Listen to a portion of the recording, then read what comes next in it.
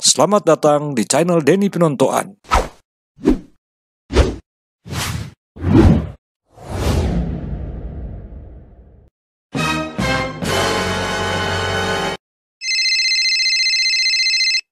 Kota Manado yang baru saja mendapat predikat kota tertoleran versi Setara Institute, dan tepatnya pada urutan ketiga setelah Kota Salatiga dan Singkawang, pada tahun 1970 pernah mengalami kerusuhan, tepatnya tanggal 14 Maret 1970. Kerusuhan terjadi di Kampung Cina yang kemudian menyulut kemarahan massa, membakar kelenteng, dan kemudian terjadi kerusuhan. Tapi kerusuhan itu tidak lama dapat diselesaikan, baik oleh pemerintah, tokoh-tokoh agama, dan tentu berkat dukungan masyarakat. Kerusuhan itu boleh dikatakan sebagai kerusuhan terakhir di abad 20 yang terjadi di kota Manado. Sebab setelah itu tidak pernah lagi terjadi kerusuhan dengan skala yang besar seperti pada tanggal 14 Maret 1970 itu. Malahan ketika terjadi kerusuhan di Poso, tepatnya dia dimulai tahun 1998, dan kerusuhan itu memakan banyak korban, baik pihak Kristen maupun pihak Islam. Lalu kemudian terjadi juga kerusuhan di Maluku Utara atau Kepulauan Maluku pada umumnya pada tahun 1999. Maka korban juga berjatuhan di sana. Ribuan orang meninggal. Dan Sulawesi Utara, tepatnya kota Manado dan kota Bitung, adalah tempat tujuan dari pengungsi yang waktu itu diperkirakan berjumlah 37 sampai 38 ribu orang, baik dari Poso maupun dari Maluku dan Maluku Utara. Kota Manado menjadi tempat yang dipikirkan oleh para pengungsi ini aman dari kerusuhan. Meskipun seingat saya di tahun-tahun itu, tahun 1998, 1999 sampai 2000-an awal, sebenarnya masyarakat Sulawesi Utara, terutama kota Manado, Tanah Minahasa pada umumnya, mengalami kekhawatiran. Khawatir jangan-jangan kerusuhan akan juga menyebar di Tanah Minahasa ini. Kerusuhan di Poso, daerah yang tidak boleh dikatakan tidak terlalu jauh, kemudian di Maluku, Ambon, Ternate, Halmahera, dan lain sebagainya. Masyarakat dalam keadaan was-was penuh, khawatir, apalagi waktu itu media memberitakan tentang bakal terjadinya kerusuhan di daerah ini. Tapi yang terjadi justru sebaliknya. Ketika orang-orang baik dari Poso maupun dari Kepulauan Maluku harus menyelamatkan diri mencari tempat pengungsian, tujuannya adalah kota Manado dan kota Bitung. Lalu ribuan atau puluhan ribu orang yang mengungsi itu hidup bertahun-tahun di tempat-tempat pengungsian di kota Manado dan kota Bitung. Dan tentu kehidupan mereka yang berlangsung bertahun-tahun itu juga berinteraksi dengan masyarakat setempat.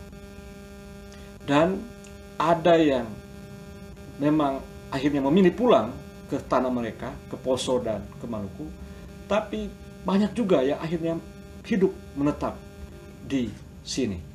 Bahkan ada yang ke Murang, ke Tomohon, hidup di Bitung dan lain sebagainya. Terutama kota Manado sebagai ibu kota provinsi Sulawesi Utara.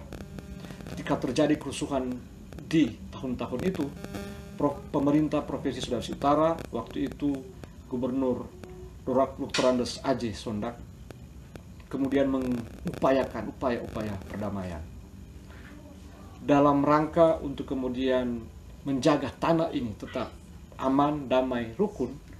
Maka seingat saya waktu itu tokoh-tokoh pemuda, baik Kristen maupun Muslim, Konghucu, Hindu, Buddha, terutama peran besar dari Badan Kerjasama Antar Umat Beragama bersama-sama dengan pemerintah yang didukung oleh masyarakat tentunya, mengupayakan perdamaian di tanah ini.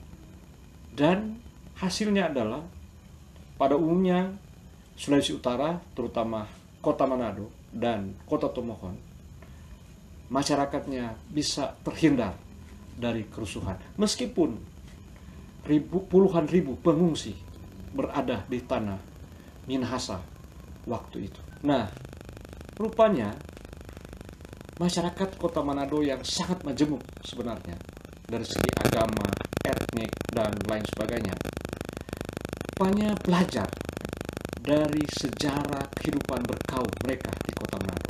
Meskipun pada tanggal 14 Maret 1970 itu pernah terjadi kerusuhan. Tapi rupanya dari pengalaman pahit itu, masyarakat Kota Manado, pemerintahnya, tokoh-tokoh agamanya, dapat memetik pelajaran berharga dari kerusuhan itu. Yaitu hal-hal yang sepele sekalipun yang menyinggung agama itu harus dihindari, agar dia kemudian tidak menyulut sebuah permusuhan, sebuah kerusuhan. Dan demikian, ketika para pengungsi yang jumlahnya puluhan ribu itu datang ke Kota Manado dan Kota Bitung, membawa cerita-cerita pedih, pilu, tapi juga dendam, rupanya orang-orang di sini juga belajar dari cerita-cerita mereka itu.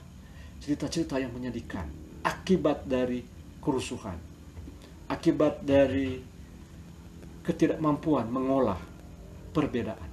Dan masyarakat Kota Manado kemudian bersama-sama tentu dengan pemerintah, tokoh-tokoh agama, atau seluruh pihak yang terkait, dan dia tentu tidak lepas juga dari keberadaan masyarakat di Tanah Minahasa ini, belajar dari pengalaman-pengalaman itu untuk kemudian terus mengupayakan kerukunan, toleransi, dan perdamaian.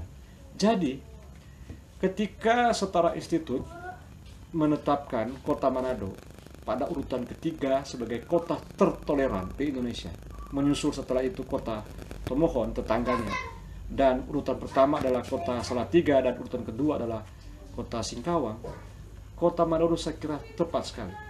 Nah, mengapa kemudian masyarakat, pemerintah, dan semua yang ada di Kota Manado dan Kota Tomohon dapat mengusahakan toleransi itu?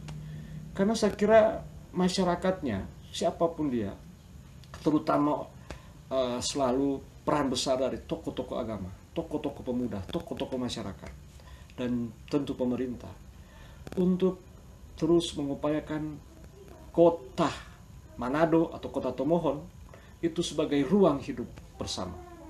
Hidup dalam kepelbagaian.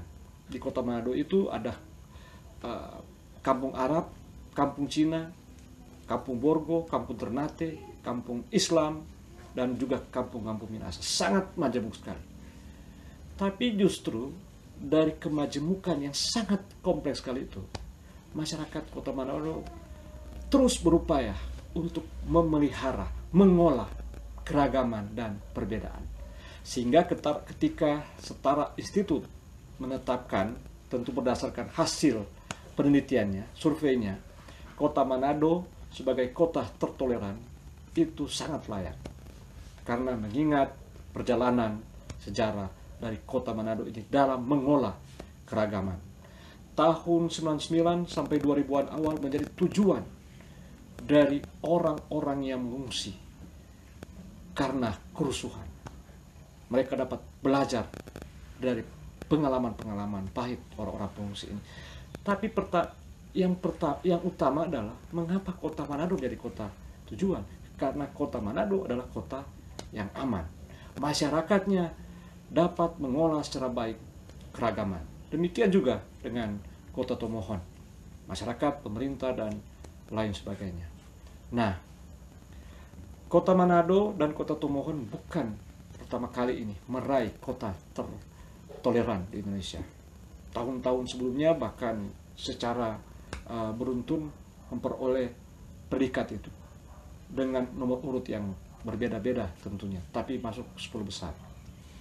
Nah, meski ini hasil survei, penelitian, tapi setidaknya dia membuktikan kemampuan dari masyarakat di sini mengolah keragaman. mengolah perbedaan-perbedaan yang ada dan membuktikan bahwa hasil dari upaya-upaya menciptakan kerukunan, toleransi adalah hidup dalam perdamaian. Sehingga predikat kota tertoleran di Indonesia itu memberi semangat lagi, memberi spirit. Nah, dengan predikat kota tertoleran itu, tentu jika dibandingkan dengan daerah-daerah lain, maka kota Manado ataupun kota Tomohon adalah kota di mana masyarakatnya yang majemuk, masyarakatnya yang beragam, dapat mengolah dengan baik keragaman itu. Mengapa mereka dapat mengolah dengan baik keragaman itu? Salah satu jawabannya menurut saya adalah karena masyarakat di sini dapat terus memelihara ingatan-ingatan mereka pada sejarah masa lalu. Pertama. Kedua, bahwa masyarakat yang ada di sini, siapapun dia, telah berhasil membangun suatu ruang hidup bersama. Satu kultur ada etik yang lain, yang baik, positif, mempengaruhi etik yang lain, dan lain sebagainya. Sehingga mungkin yang terjadi adalah semua orang memiliki kesadaran untuk menjaga tanah ini secara bersama-sama. Mengapa? Karena kota Manado adalah ruang hidup dari orang-orang yang beragam agama, beragam etnik. Demikian saya, Denny Pinontoan.